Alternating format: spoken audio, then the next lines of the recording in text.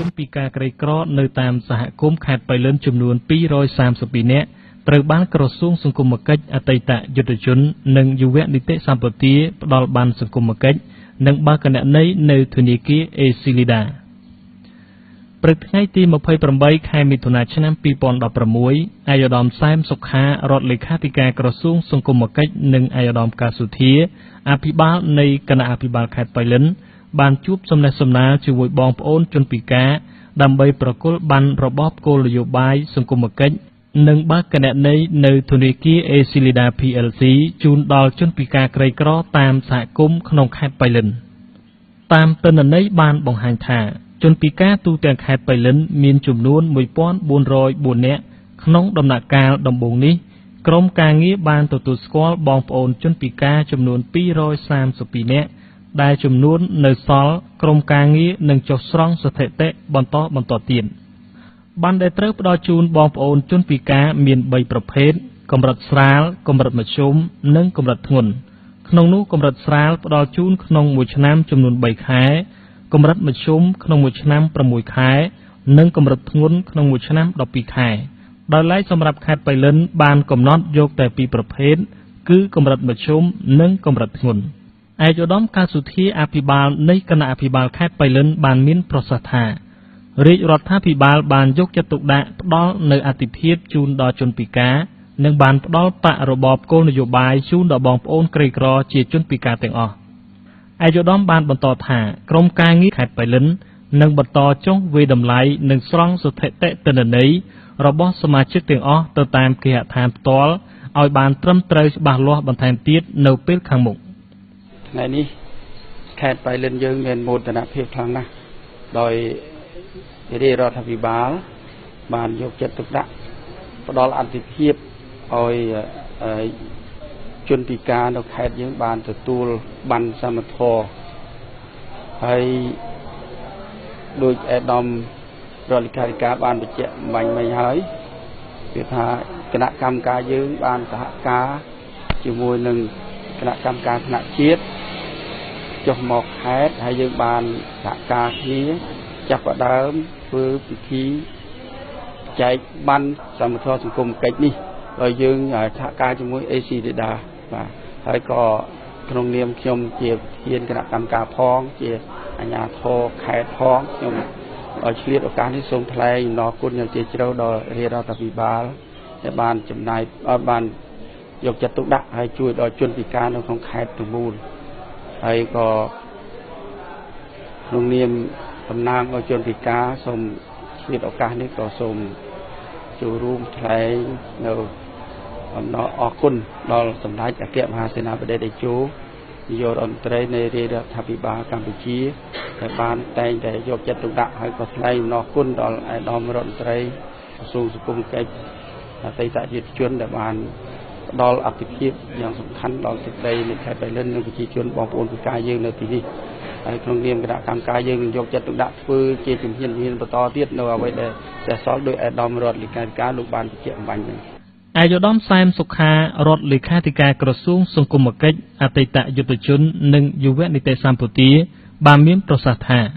ក្រោមការយកចិត្តទុកដាក់របស់រាជរដ្ឋាភិបាលក្រសួងសង្គមគិច្ចអតីតយុទ្ធជននិងយុវនីតិសម្បទាបានឯកភាពជាមួយថ្នាក់ដឹកនាំខេត្តបៃលិន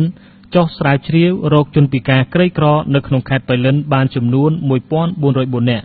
ក្នុងនោះបងប្អូនជនពិការក្រីក្រដែលមានប័ណ្ណសមត្ថភាពចំនួន232នាក់ដែលបានប្រកាសចូលក្នុងក្រសួងសង្គមគិច្ចអតីតយុទ្ធជននិងយុវនីតិសម្បទាឯកឧត្តមបានបន្តថាការផ្ដល់ប័ណ្ណសង្គមគិច្ចនិងបើកគណនីនៅពេលនេះគឺបានសហការជាមួយធនាគារអេស៊ីលីដា PLC ប្រចាំខេត្តបៃលិននិងគណៈកម្មការអនុវត្តគោលនយោបាយថ្នាក់ខេត្តក្រោមការយកចិត្តទុកដាក់របស់សម្ដេចអគ្គមហាសេនាបតីតេជោហ៊ុនសែននាយករដ្ឋមន្ត្រីនៃប្រជាណាចក្រកម្ពុជាក្រសួងសង្គមគិច្ចអតីតយុទ្ធជននិងយុវនីតិសម្បទាបានឯកភាពជាមួយឯកឧត្តមអភិបាលខេត្តដែលជាប្រធានគណៈកម្មការអនុវត្តរបបគោលនយោបាយសម្រាប់ជនពិការក្រីក្រនៅតាមសហគមន៍អាជ្ញាធរមូលដ្ឋានគ្រប់ជាន់ថ្នាក់បានឯកភាពចុះស្រាវជ្រាវជាបឋមចុះស្រាវជ្រាវគឺរកជនពិការតែក្នុងនោះយើងបានរកឃើញជនពិការនៅខេត្តបៃលិនមាន1404នាក់ ហើយក្នុងនោះបងប្អូនជនពិការដែលមានបានសមត្ថភាពមាន232នាក់យើងក្រោយមកគឺយើងបានធ្វើតាមអនុវត្តតាមនីតិវិធីគឺបានចេញប្រកាសរបស់ឯកឧត្តមរដ្ឋមន្ត្រីក្រសួងសុខាភិបាលឯកឧត្តមវង្សសូត្រគឺបានទទួលស្គាល់ប្រកាសទទួលស្គាល់ជនពិការបងប្អូនពិការទាំង232នាក់ហើយថ្ងៃនេះគឺយើងបានសហការជាមួយនឹងអេស៊ីលីដានីតិអេស៊ីលីដាប្រចាំនៅខេត្តបៃលិននេះដើម្បីធ្វើប្រពៃពិធីដែលមានគណៈកម្មការអនុវត្តរបបគោលនយោបាយថ្នាក់ខេត្តគឺមានឯកឧត្តមអភិបាលខេត្តនៅទីនេះគឺដើម្បីផ្ដល់បានតួនាទីផ្ដល់បាននេះគឺជាតួនាទីរបស់គណៈកម្មការអនុវត្តរបបគោលនយោបាយសម្រាប់ខេត្តបាទដូច្នេះគាត់បានផ្ដល់ជូនថ្ងៃនេះចំនួន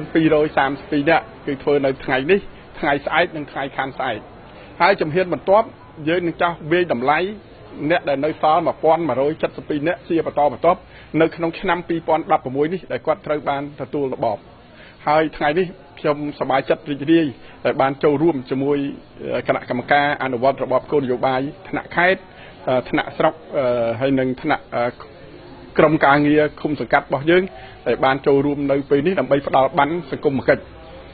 បានសង្គមគិច្ចខ្ញុំសូមជម្រាបថាមាន3ប្រភេទគឺបានពណ៌ខៀវសម្រាប់12ខែឧបត្ថម្ភ12ខែបានពណ៌លឿង6ខែនិងបានពណ៌ស3ខែប៉ុន្តែសម្រាប់ខេត្តបៃលិនគឺយើងមាន2គឺបានពណ៌ខៀវ12ខែបានពណ៌លឿង6ខែគឺចំនួន232នាក់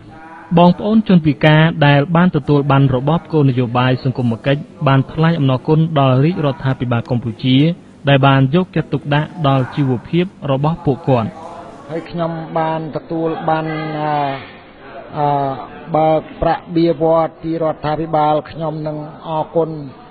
រហូតតមិនភ្លេចគុណសម្ដេចតេជោនិងអ្នកដឹកនាំយើងនៅទឹកដីខេត្តបៃលិនទេបាទខ្ញុំរាល់ថ្ងៃមានការលំបាកវេទនាដែរដោយសារមានប្រាក់ខែក៏គ្មានហើយក៏លំបាកក្នុងការរស់នៅដោយសារមានការរដ្ឋាភិបាលជួយប្រាក់ខែខ្ញុំនេះខ្ញុំបានត្រេកអរខ្លាំងណាស់ត្រេកអរខ្លាំងណាស់ដោយសារបានដោះទាល់មួយគ្រាមិនបានមួយជីវិតទេតែបានមួយគ្រាបានដោះទាល់មួយគ្រាហើយដូច្នេះខ្ញុំត្រេកអរខ្ញុំសោមនស្សខ្ញុំនឹង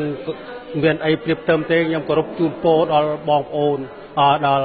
រដ្ឋាភិបាលដែលបានជួយនោះគឺថាត្រេកអរខ្លាំងណាស់